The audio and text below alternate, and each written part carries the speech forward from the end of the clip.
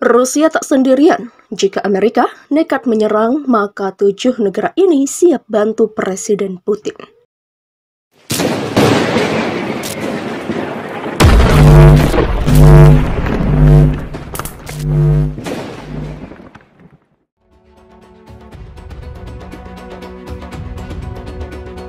Rusia selama ini terlihat sendirian ketika negara-negara barat ikut melibatkan diri untuk membantu Ukraina. Bahkan negara-negara barat kompak menjatuhkan sanksi kepada Rusia. Namun, jangan salah, Rusia bukanlah negara tanpa sekutu. Jika barat memiliki NATO, maka Rusia juga memiliki aliansi pertahanannya yang disebut CSTO, seperti yang dilaporkan The Washington Post. Collective Security Treaty Organization atau CSTO adalah organisasi perjanjian keamanan kolektif yang tujuannya hampir sama dengan NATO. CSTO beranggotakan 6 negara yaitu Rusia, Armenia, Belarus, Kazakhstan, Kyrgyzstan, dan Tajikistan. Setiap negara memiliki komitmen untuk membantu negara lainnya jika mengalami agresi militer atau serangan dari negara lain.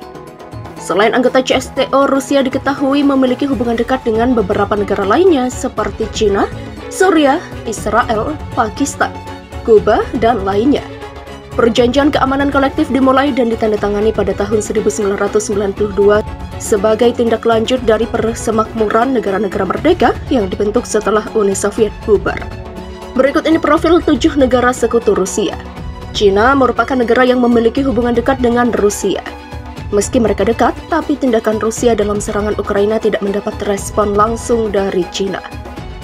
China mengatakan tidak akan memberikan dukungan militer kepada Moskow, tapi telah meningkatkan perdagangan dengan peningkatan impor gandum dari Rusia.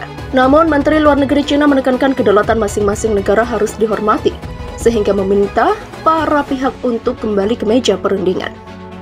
China belum secara resmi memihak karena menikmati hubungan baik dengan Ukraina, peduli dengan bisnisnya dengan Eropa, dan telah menemukan sekutu dalam diri Putin. Mereka, Rusia dan China saling membutuhkan. Tetapi bagi China, invasi ini tidak sejalan dengan gagasan mereka tentang dunia yang stabil, yang mencoba menciptakan lebih banyak perdagangan, melainkan bahwa ini akan menciptakan lebih banyak ketidakpastian. Demikian kata Einar Tangen, seorang analis politik yang berbasis di Beijing, kepada Al Jazeera. Menurut laporan metro.co.uk, Suriah juga mendukung tindakan Putin terhadap invasi di Ukraina. Presiden Suriah, Bashar al-Assad, melakukan panggilan telepon dengan Putin. Al Jazeera melaporkan dia memuji serangan militer Rusia ke Ukraina. Presiden Bashar lalu mencela apa yang dia sebut histeria barat di sekitarnya. Ia mengatakan kepada Putin apa yang terjadi di Ukraina adalah koreksi sejarah dan pemulihan keseimbangan yang hilang di dunia setelah pecahnya Uni Soviet. Armenia adalah sebuah negara yang terkurung daratan dengan Turki di barat, Georgia di utara, dan Azerbaijan di timur. Armenia memiliki sejarah yang lebih panjang daripada kebanyakan negara Eropa, dikutip dari BBC.com.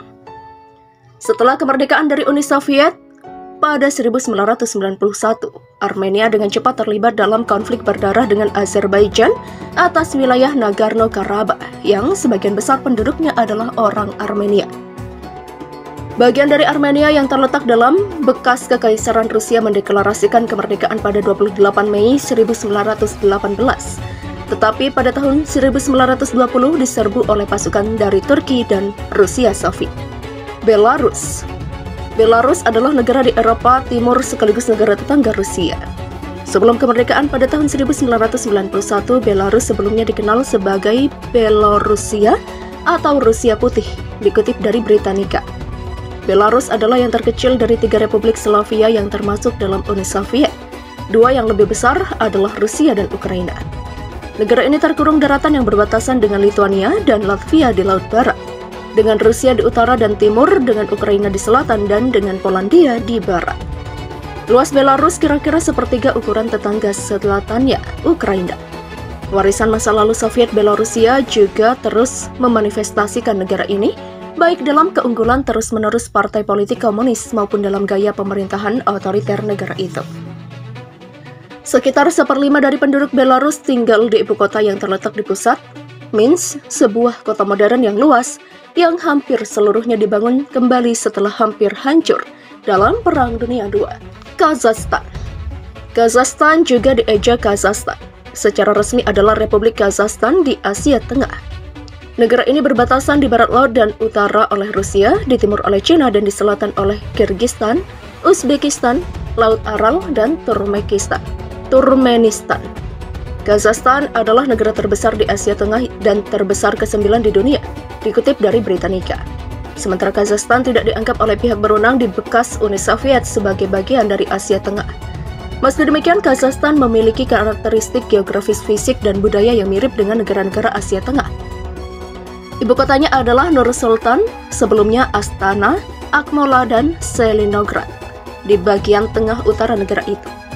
Kazakhstan sebelumnya Republik Konstituen, serikat dari Uni Soviet, mendeklarasikan kemerdekaan pada 16 Desember 1991. Negara ini memiliki sumber daya mineral dan tanah yang subur. Kyrgyzstan juga termasuk negara Asia Tengah seperti Kazakhstan. Kazakhstan berbatasan di barat laut dan utara dengan Cina di timur dan selatan dan oleh Tajikistan dan Uzbekistan di selatan dan barat, dikutip Britannica. Sebagian besar perbatasan Kyrgyzstan membentang di sepanjang puncak gunung. Ibu kotanya adalah Bishkek dan dihuni oleh 3/4 populasi orang Turki Muslim.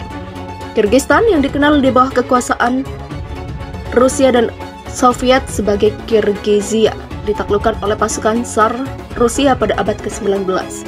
Dulunya merupakan Republik Konstituen Persatuan USSR, Kyrgyzstan mendeklarasikan kemerdekaannya pada 31 Agustus 1991.